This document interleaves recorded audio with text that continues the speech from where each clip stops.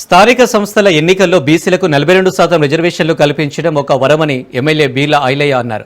బీసీల తరపున సీఎం రేవంత్ రెడ్డికి ఆయన ప్రత్యేక ధన్యవాదాలు తెలిపారు. రిజర్వేషన్లతో బీసీలకు పెద్దపీట వేసిన ఘనత సీఎం రేవంత్ రెడ్డికి దక్కుతుందని అన్నారు.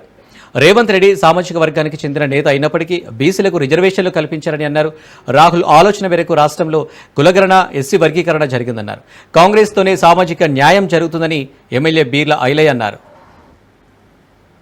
చరిత్రలో నిలిచిపోయే విధంగా నిన్న గౌరవ ముఖ్యమంత్రి రేవంత్ రెడ్డి గారి ఆధ్వర్యంలో మంత్రివర్గం అంతా కూడా బీసీ డిక్లరేషన్ ఆమోదించి ప్రత్యేక ఆర్డినెన్స్ ద్వారా తెలంగాణలో బీసీలకు 42% రేపు జరగబోయే స్థానిక సంస్థల్లో కేటాయించి ఇలా బీసీలకు ఒక పెద్ద వరంగా గౌరవ ముఖ్యమంత్రి మంత్రివర్గం ఆమోదం చేసి ప్రత్యేక ఆర్డినెన్స్ ద్వారా బీసీలకు రిజర్వేషన్ కల్పించినందుకు తెలంగాణ బీసీల పట్ల తెలంగాణ బీసీల తరఫున ప్రత్యేకంగా ధన్యవాదాలు తెలియజేస్తున్నా. మా గౌరవ భావి ప్రధాని రాహుల్ గాంధీ గారి ఆలోచనను తెలంగాణలో పూర్తిగా ఇంప్లిమెంట్ చేసి గతంలో కామారెడ్డిలో బీటీ డిక్లరేషన్ ను ఇంప్లిమెంట్ చేసి నిన్న మంత్రివర్గం ఆమోదం చేసి బీసీలకు 42% ఇలా రిజర్వేషన్ ఇచ్చి బీసీలకు పెద్దపీట వేసిన ఘనత గౌరవ ముఖ్యమంత్రి రేవంత్ రెడ్డి గారిది. గౌరవ ముఖ్యమంత్రి రేవంత్ రెడ్డి గారు ఒక రెడ్డి సామాజిక వర్గానికి చెందిన ముఖ్యమంత్రిగా ఉండి కూడా తెలంగాణలో బీసీలకు పెద్దపీట వేసిన ఘనత గౌరవ ముఖ్యమంత్రి రేవంత్ రెడ్డి గారిది. ప్రియతమ నాయకుడు రాహుల్ గాంధీ గారు ఆలోచన చేసి ఇలా గణనతో పాటు ఎస్సీ వర్గీకరణతో పాటు